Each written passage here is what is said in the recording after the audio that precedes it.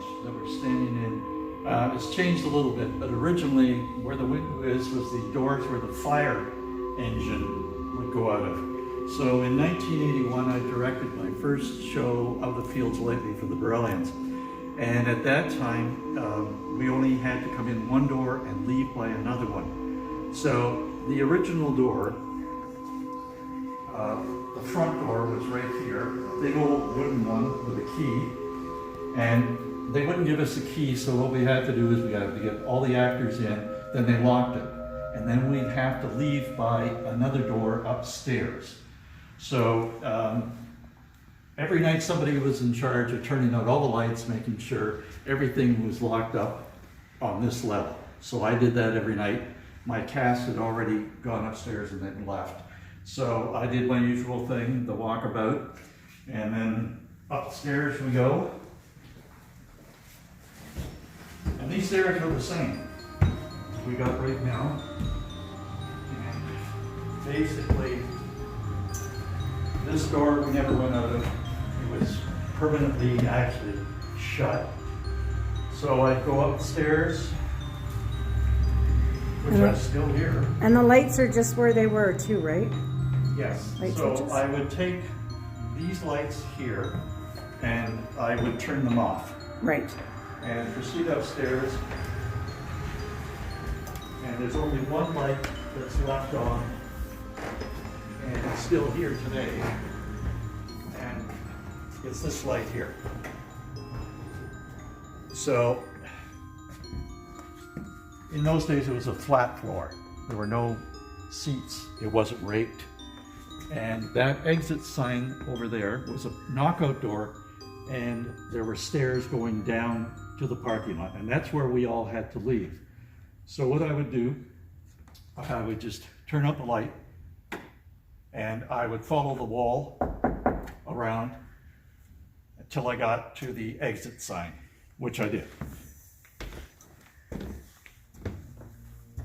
And the door's still here, but it's an exit, but it's an exit now to a different part of the building. So when I got to this point here, the lights are all out. The knockout door is here. For some reason, I just turned around, and as I turned around, I looked up into the corner of the balcony up there, and that's when I saw her. So it was a woman, 19th century dress,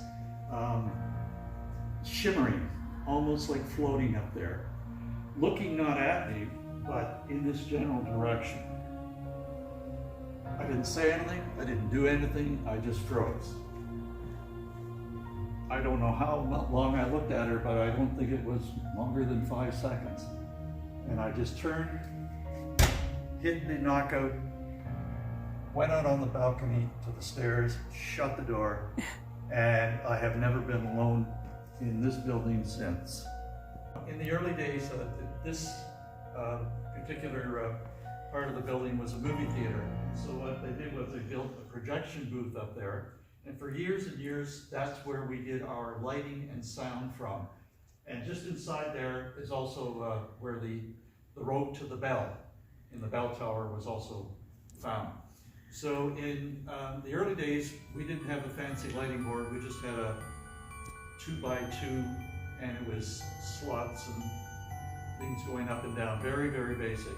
So I was lighting a show, and just before intermission, I preset all of the board to the lighting cues for the beginning of Act 2. And nobody was sitting up in the balcony for that particular performance. I was the only one there. I came back after intermission, and the entire board had been thrown askew. Nothing was right. So I had to ask them to just give me 10 minutes to try to reset the board. Then I asked around who was up here, and people just said nobody. No one went up there. You're the only one up there.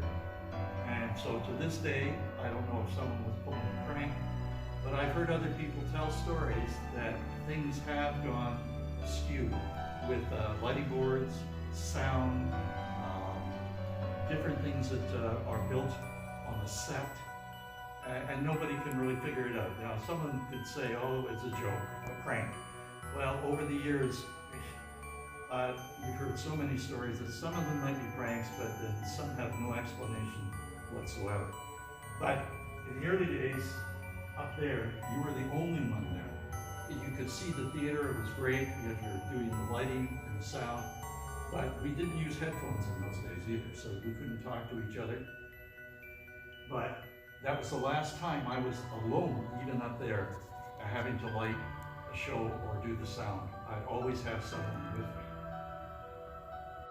And I do believe there's something here, but I don't want to be alone to meet whatever it is.